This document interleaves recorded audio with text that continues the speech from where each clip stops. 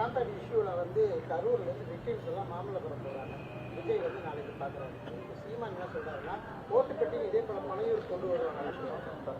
நான் இந்த விஷயத்துல அவருக்கு என்ன பதில் சொல்றீங்க, இவரோட கருத்துக்கு என்ன பதில் சொல்றீங்களுக்குள்ள நான் வந்து போக விரும்பல.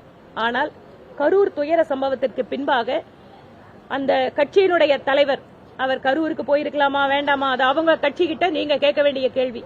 குறைந்தபட்சம் மக்களை பார்க்கிறார் அப்படிங்கறதே ஒரு நல்ல விஷயம்தான். இதில் சிபிஐ விசாரணை இப்போது கொடுக்கப்பட்டிருக்கிறது.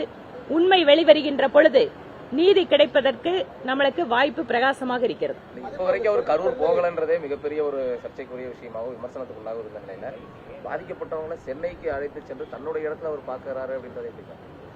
இதுல நான் பாக்குறதுக்கு ஒண்ணும் இல்ல. இதுல ஏதாவது கேள்வி இருந்தா நீங்க டிவி கிட்ட கேட்கணும். தாவேக்காவை விமர்சிக்கிறத பாஜக தவிர்த்து வருது. இதுக்கு காரணம் வந்து எப்படியாவது தாவேக்காவை கூட்டணிக்குள்ள கொண்டு வரணும்ன்ற ஒரு முயற்சினாலதான் இது செய்யறாங்க. ஆரம்பத்துல தாவேக்கா பாஜகவை விமர்சிக்கும் போது உரிய பதிலடி பாஜக தலைவர்கள் கொடுத்தாங்க. எதுக்காக அமைதி காக்குறாங்கன்னு ஒரு நாங்க எங்க அமைதி காக்குறோம்? ஆக்கப்பூர்வமான விமர்சனம் வந்ததுன்னா அது எல்லா கட்சி மேலையும் நாங்க வைக்கிறோம். புரியுதுங்களா? ரெண்டாவது, விமர்சனம் பண்ணனதாலவே கூட்டணி வரலன்னு சொன்னா இன்னைக்கு எந்த கட்சியோட கூட்டணியே போட முடியாதுங்க. ஏனென்றால் ஒவ்வொரு கட்சிகளும் அந்த தேர்தலுக்காக ஒரு கூட்டணியை சேர்க்கிறாங்க. அப்ப அந்த கட்சி மேல விமர்சனம் பண்ணிருக்காங்கன்னா காங்கிரஸ் பத்தி திமுக காரங்க பேசாதான். ஏங்க அவ்வளவு தூரம் நீங்க கூட்டணிக்கே போகாதீங்க. கரூரிலே பொதுக்கூட்டத்திலே முதலமைச்சர் திரு செந்தில் பாலாஜி என்ன சொல்றாரு? திருடருங்கிறாரு. அதே முதலமைச்சர் அவர் கட்சியில சேர்ந்த அமைச்சராக்கி அவர் தியாகிங்கிறாரு. நீங்க விமர்சனத்துக்குள்ள போனீங்கன்னா எல்லாரும் எல்லாத்துக்கும் பதில் சொல்லுங்க. நன்றிங்க. நான் உள்ள வரும் வெளியில் போங்கனால நான் சொல்ல மாட்டேன். அது தேசிய தலைமை சொல்ல வேண்டிய முடிவு. அதனால நாங்க கட்சியில் இருக்கிறவங்க என்ன கூட்டணி தேசிய தலைமை அறிவிச்சாலும் அதுக்கு வேலை பண்ணணும். என்னன்னு கேட்டா அது கொஞ்சம் வருத்தமா தாங்க இருக்கு. இந்த மாதிரி பேச வேண்டிய ஒரு சூழல் எதனால வருது? ஒரு கட்சி அப்படிங்கறது மட்டும் இல்ல, கூட்டணி அப்படின்னு அமைக்கும் போது அதிலும் குறிப்பாக ஒவ்வொரு கட்சிக்கும் ஒரு லட்சியம் உண்டு, ஒரு சித்தாந்தம் உண்டு, ஒரு வேலை முறை உண்டு. இதையெல்லாம் ஒவ்வொரு கட்சியும் வச்சுட்டு இருந்தா கூட தேர்தலில் யார் வரக்கூடாது அல்லது எந்த ஆட்சி அமைய வேண்டும் அப்படிங்கறது பிரதான நோக்கமா இருக்கு. நீங்க மத்தியில கூட பாருங்க, பிஜேபி வரக்கூடாதுன்னு தான் எல்லாரும் ஒன்னா சேருவாங்க. மற்றபடி அவங்களுக்கு வேற ஏதாவது பொதுவான விஷயம் உண்டா? காங்கிரஸ் கம்யூனிஸ்ட் சித்தாந்தத்துல எங்காவது ஒன்னா இருந்தா? இங்க இதை விட மோசம் என்ன பாருங்க. நாமெல்லாம் கோயம்புத்தூர்ல இருக்கிறோம். இந்த பக்கம் 3/4 மணி நேரம் போனீங்கன்னா பாலக்காடு, அங்க போனீங்கன்னா காங்கிரஸ் கம்யூனிஸ்ட் எதிரெதிரா நிக்குது. இந்த பக்கம் 1/2 மணி நேரம் உள்ள வந்தாச்சுன்னா 2 பேரும் ஒன்னா சேர்ந்துக்கிறாங்க. என்ன காரணம்? அங்க போயாச்சுன்னு சொன்னா பிஜேபி வந்துடக்கூடாதுன்னு ஒன்னா சேர்றாங்களா? சரி, பிரிஞ்சு நிக்கிறாங்க. அதாவது அவங்களுக்குள்ள அதிகார போட்டி.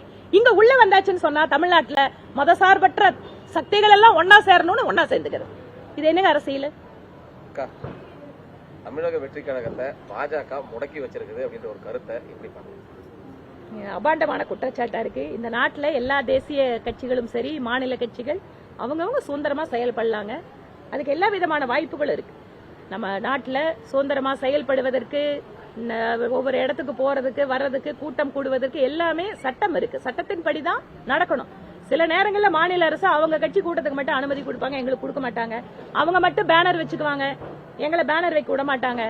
இதெல்லாம் வந்து இந்த கஷ்டத்தோட தான் கட்சி நடத்திட்டு இருக்கிறோம். கரூர் விஷயத்தை பொறுத்த வரைக்கும் அதுக்கப்புறம் விஜய்க்கு நல்ல ஒரு ப்ரமோஷன் வேர்ல்ட் வைட் ஆயிடுச்சு. எனக்கு தெரியலீங்க, நீங்க சொல்றீங்க. சரி, ஓகே, உங்க ஸ்டேட்மெண்ட் நான் கேட்டுக்கிறேன். என்னன்னா அயல்நாட்டு தூதர்கள் எல்லாம் வந்து விஜயை சந்திக்கிறதுக்கு மத்திய உள்துறை அமைச்சர்கிட்ட அனுமதி கேட்டதா ஒரு கடந்த சில நாட்களுக்கு முன்பு. எனக்கு அதை பத்தி எதுவும் தெரியாதுங்க. உள்துறை அமைச்சர்கிட்ட யார் கேட்டிருக்காங்கன்னு தெரியாது. இல்ல இவரை பாக்குற கேட்டிருக்காங்களா எனக்கு தெரியாது. நான் உள்துறை அமைச்சகத்துல இல்ல. ஆனா தாவேகாவுக்கும் பாஜகவுக்கும் எந்த சம்பந்தமும் இல்லை. நீங்க தான் மீடியாவில் எழுதுறது, நாங்களும் பாத்துக்கிறோம். அதுக்கு மேல எனக்கு ஒண்ணும் தெரியாது. நன்றிங்க. பிளே ஸ்டோர் மற்றும் ஆப் ஸ்டோரில் இருந்து பாலிமர் செயலியை QR கோடு மூலம் பதிவிறக்கம் செய்யுங்கள். செய்திகளை உடனுக்குடன் பெறுங்கள்.